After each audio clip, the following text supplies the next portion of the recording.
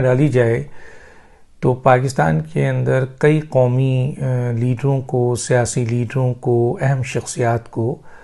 نشانہ بنایا گیا ہے اور ان کی ہلاکتیں ہوئی ہیں۔ یہ اگر آپ لے لیجئے آپ کے لیاقت علی خان سے، تو لیاقت علی خان بھی اس میں شامل ہیں اور محترمہ بے نظیر بھٹو بھی شامل ہیں۔ اسی طریقے سے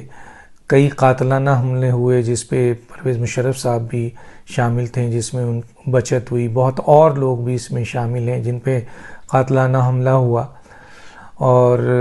پھر اہم ترین لیڈر کو قاتلانہ حملے میں بھی اور کسی اور طریقے سے بھی مارنے کی کوشش کی گئی۔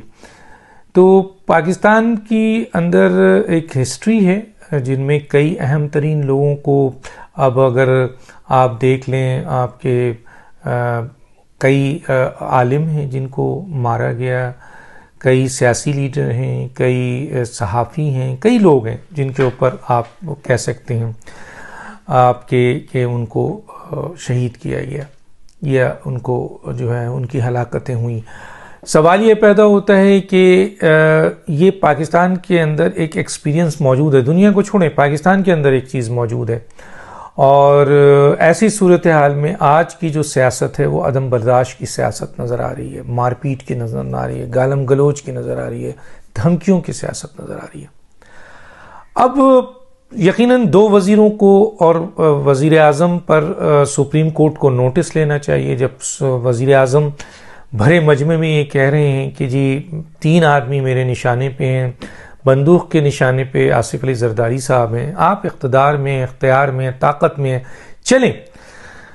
آپ نے اتنی بڑی بات کی ہے کہ جی یہ تینوں میرے نشانے پہ ہیں، اور اس کے بعد آپ نے کہا کہ آصف علی زرداری جو ہیں میرے بندوق کے نوک پہ ہیں۔ ظاہر ہے یہ جان کی دھمکی ہے ایک لحاظ سے، کیونکہ آپ با اختیار ہیں، طاقتور ہیں، آپ کے نیچے کئی ایجنسیز ہیں، کئی بندوق والے آپ کے تابع ہیں، تو یہ ایک دھمکی ہی تصور کی جائے گی۔ اس کے علاوہ آپ کہتے ہیں کہ یہ تینوں میرے نشانے پہ ہیں، میاں نواز شریف، آصف علی زرداری اور مولانا فضل الرحمان۔ نہ صرف آپ دھمکی دے رہے ہیں بلکہ آپ کے وزراء دھمکی دے رہے ہیں، شیخ رشید دھمکی دے رہے ہیں کہ کچل کے رکھ دوں گا، آپ کے نیچے بندوق والے ہیں، آپ کے نیچے آپ کے ایک بہت ہی طاقتور منسٹری ہے، بقول کچھ لوگوں کے کہ یہ منسٹری تو طاقت ہے، چاہے شیخ رشید کا اختیار ہو نہ ہو۔ دوسری طرف غلام سرور خان صاحب کہتے ہیں کہ جی اگر خودکشی نہیں ہوتی تو میں آپ کے ان سب کی جان لے لیتا اور خودکش بمبار بن جاتا۔ میں تھوڑی دیر کے لیے یہ مان لوں کہ چلیں یہ دھمکیاں ہیں صرف، اور اس دھمکیوں کا آپ نے کوئی عمل نہیں کرنا، لیکن اس وقت جو سیاست ہے، اس وقت جو حالات ہیں ملک میں، اس وقت جو موجودہ پاکستان کے اندر عدم برداشت کی سیاست ہے، گالم گلوچ کی ہے، مار دھاڑ کی سیاست ہے، اس میں کوئی آپ کا کارکن، کوئی آپ کا سپورٹر، کوئی ایک ایسا شخص جو ان چیزوں کا فائدہ اٹھانا چاہتا ہو، کوئی ایسی حرکت کر دے جس میں ان تینوں کو نشانہ بنا دیا جائے، مولانا فضل الرحمان کو، آصف علی زرداری کو، یا آپ کے نواز شریف صاحب کو۔ نواز شریف پہ تو پہلے بھی اٹیمپٹ ہوا بقول ان کے لوگوں کے کہ جب وہ لاہور میں تھے تو جیل میں ان کو مارنے کے لیے زہر دیا گیا تھا۔ یہ میں نہیں کہہ رہا، ان کے اپنے لوگ کہتے ہیں اور یہ میڈیا میں موجود ہے، تو ایک اٹیمپٹ ہو چکا ہے، اور ظاہر ہے اس کی انکوائری اس وقت ہوگی جب عمران خان صاحب کی حکومت نہیں ہوگی، بزدار صاحب کی حکومت نہیں ہوگی۔ تو گویا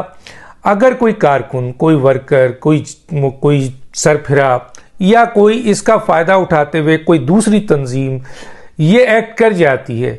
تو پھر اس کی ذمہ داری کس پہ ہوگی؟ اگر ان دنوں میں سے عمران آپ کے مولانا فضل الرحمان میں، آصف علی زرداری، نواز شریف کو اگر کوئی نقصان پہنچ جاتا ہے